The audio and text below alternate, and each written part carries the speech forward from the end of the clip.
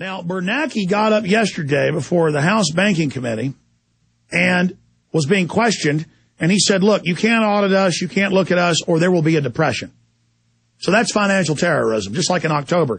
Pass my banker takeover bill, or there'll be a depression. And then they went into behind closed committee, Senator Inhofe said, and also other members of the House have come out and said, Brad Sherman on this show, not just on the House floor, and said that Paulson came in with a threat, taking orders directly from Ben Bernanke, but he had Ben Bernanke with him, but it's come out in the memos that the threats are made by Paulson on behalf of Bernanke and former New York Fed Chairman Geithner, now Treasury Secretary, that there will be physical martial law if you don't do this.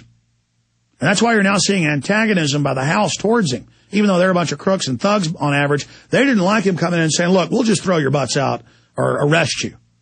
Just like the New York governor just said he'll arrest members of the legislature if they don't go vote the way he wants. That was in ABC News. Just, he'll arrest them. See, everything is becoming crime world. You know, the velvet gloves tearing off the iron fist, and we're really seeing what it is now. Right out in the open for everybody. So, to continue here to the key, we're saying, hey, the Congress has the right to coin, print the money, control the currency, the issuance of currency and credit, control the banks. That's its job, to regulate that. And the Fed says no, that would be Congress seizing power dictatorially, when it's the private Federal Reserve that seized power.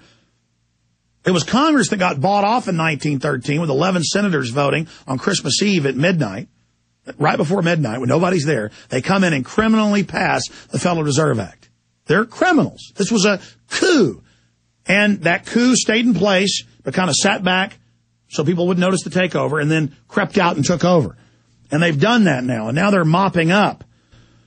So when we come back after this quick break, I am going to play Bernanke saying Congress has no authority over the bank and saying nobody can audit them. You know, Greenspan's on record saying the Fed's above the law, nobody can audit it.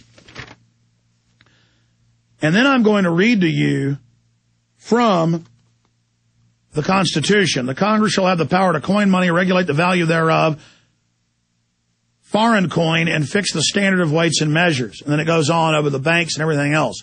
So this little con artist, this little flim-flam man, this sleight of hand carnival magician sits up there like he's fooling 5-year-old school kids with his shoddy magic trick, saying, oh, you're not allowed to look at me. You're not allowed to audit me.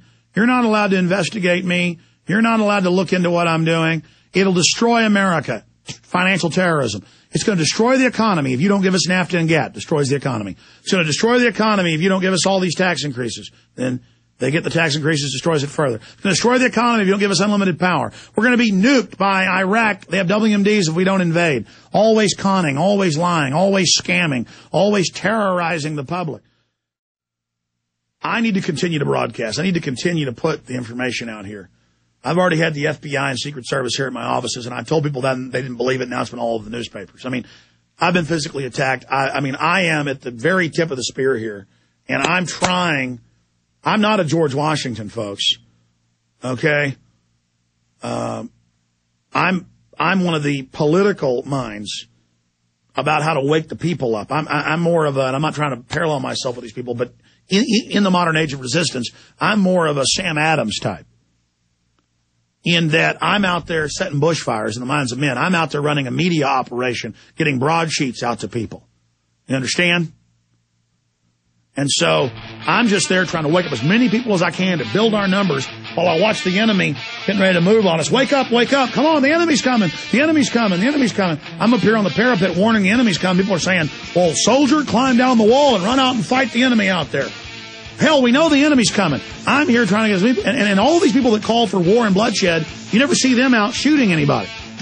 You ever notice that? It's kill, kill, war, war, death, death. You need to do it, Alex. You need to go out and do it. Now they got this fear thing going. 1 million have it, but it isn't hurting us. It's just a no big deal flu.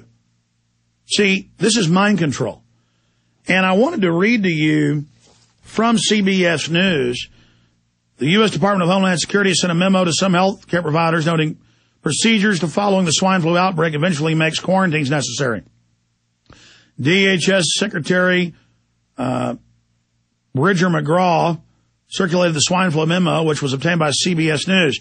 On Monday night, it says the Department of Justice established legal federal authorities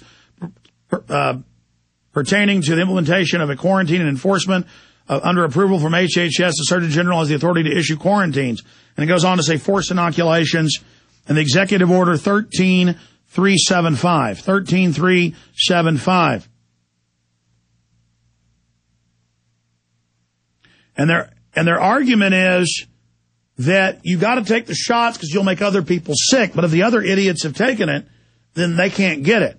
But this is in Arkansas. Arkansas State Health Department mandatory vaccines are constitutional, which of course they're not. And Paul goes through with the Supreme Court said blacks weren't humans and stuff like that in the past. There's a lot of other court rulings saying they can't make you take shots. There is no mandatory shot. It's recommended, but they do it through fraud.